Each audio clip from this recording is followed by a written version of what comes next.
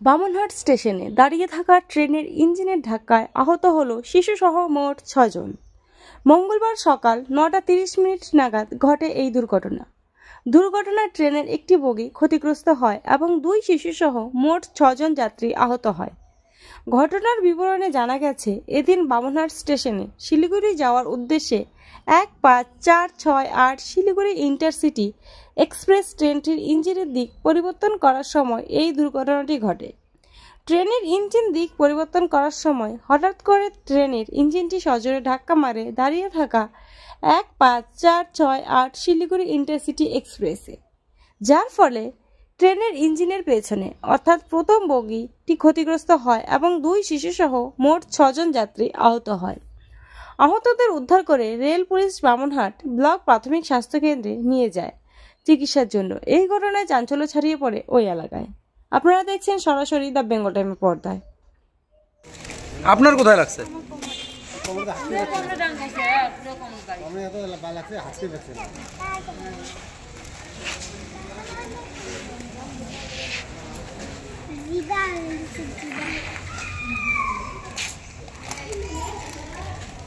বলেন। মানে বসে আছি, টিকিট কাটার পর বসেছিলাম, আর ইঞ্জিনটা এই পাশ থেকে ঘুরে নিয়ে সামনের দিকে লাগাইছি, তো পুরো জোরে ধাক্কা লাগাইছি। আর আমরা সবাই ছিটে ছিটে পড়ে গেছিলাম। কারো মাথা ফেটে গেছে, আমাদের পা মানে ব্যথা, হাঁটতে পারি না। আর ওনার বাচ্চাদের তো মুখ দিয়ে রক্ত বেরিয়ে গেছে ডাং লাগার সঙ্গে সঙ্গে। আর ওনার কোমর ব্যথা, কোমরে ডাং লাগছে। আর একজনকার তো মাথার ব্যথার জন্য বমি হচ্ছে, বমির জন্য থাকতে পারতেছে না। এখানে মাথায় পুরো মাথা ফেটে গেছে। ইঞ্জিন যে বগিটা লাগছে তার থেকে কতটা পেছনে ছিলেন আপনারা? 3 নম্বরে ছিলাম। 3 নম্বর বগিতে ছিলেন। হঠাৎ করে ছিটকে পড়ে গেছেন নয় মুহূর্তে? হঠাৎ করে বসে না ছিটকে পড়ে। আমরা জানি না যে এইভাবে হবে।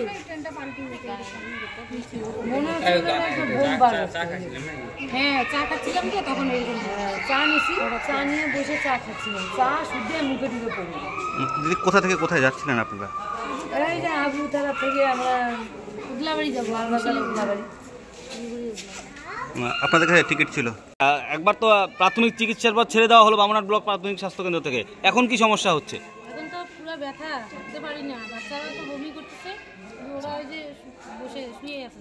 আচ্ছা, বাচ্চাদের তো মাথায় আঘাত লেগেছে এমন একটা অভিযোগ করছিলেন, এখন কি চাইছেন? এখন কি চাইবো? বাচ্চাদের চিকিৎসা হোক, আমাদেরও চিকিৎসা হোক। আচ্ছা আচ্ছা, কি প্রতিশ্রুতি দিল রেল কর্তৃপক্ষ? কিচ্ছু দেয়নি। কোনো প্রতিশ্রুতি দেয়নি এখনো? তাহলে বসে আছেন, কি ভাবছেন, কি করবেন? বসে থাকলে তো আরো অসুস্থ বেশি হয়ে পড়বেন। কি করবেন? কি বলে শুনি আগে একটু পরে, তারপরে এখন কি করা যায়, বাইরে তো যাইতে পারবো না। আচ্ছা আচ্ছা, কোথায় যাচ্ছিলেন জানো? এই যে উদলাবাড়ি। ওদলাবাড়ি। আচ্ছা, এখানে কোথায় এসেছিলেন? এখানে আমার চাচার বাড়িতে আসছিলাম, কাকার বাড়িতে। আজকে কখন এই দুর্ঘটনা কখন হলো? এই যে 8টায় মনে হয় 50 কি 55 মিনিট, 8:30 নাগাদ। আচ্ছা, কি নাম আপনার? রেনু খাতুন। যারা 2 শিশু আহত তাদের কি নাম? আরমান হক আর এমডি হাসান। বয়স কত কত তাদের? একটা 11, হ্যাঁ, একটা 10।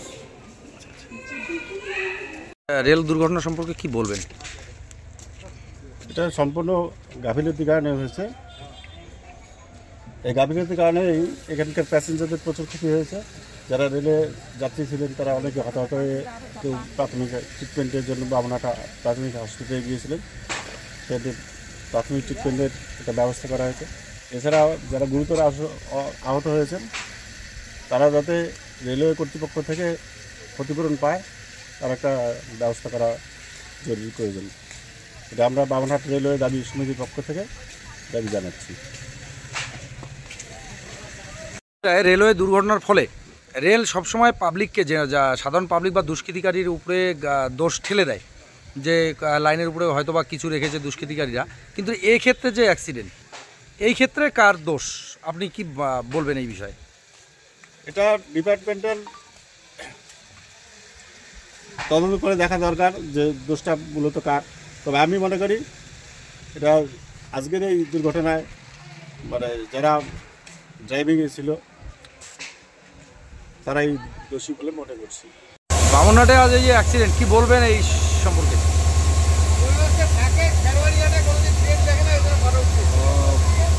বলছি যে যেটা হয়েছে সেটা মানে সামান্য দুর্ঘটনা নয়, এটা দিয়ে মানুষের যদি বগিতে সেই সময় লোক থাকতো অনেক লোকেরই জীবনহানি ঘটতে পারতো। আমার মনে হচ্ছে রেলের বিষয়টা উচ্চ পর্যায়ের একটা তদন্ত হওয়া দরকার। তার কারণ এটা মনে হচ্ছে যে ড্রাইভাররা কোনো নেশা পেশা ইত্যাদি করে আসতে পারে। তার কারণ যখন রেলের এর আগে এটা তো প্ল্যাটফর্মের ঘটনা, এর আগে যে যখনই কোনো না কোনো রেলের দুর্ঘটনা ঘটে রেল সাধারণ পাবলিককে দায়ী করে। আজকের এই ঘটনার জন্য দায়ী কারা, সেই প্রশ্নের উত্তর রেলের উচ্চ আধিকারিকদের দিতে হবে। এই দাবি আমাদের বামুনহাট এলাকার সকলেরই।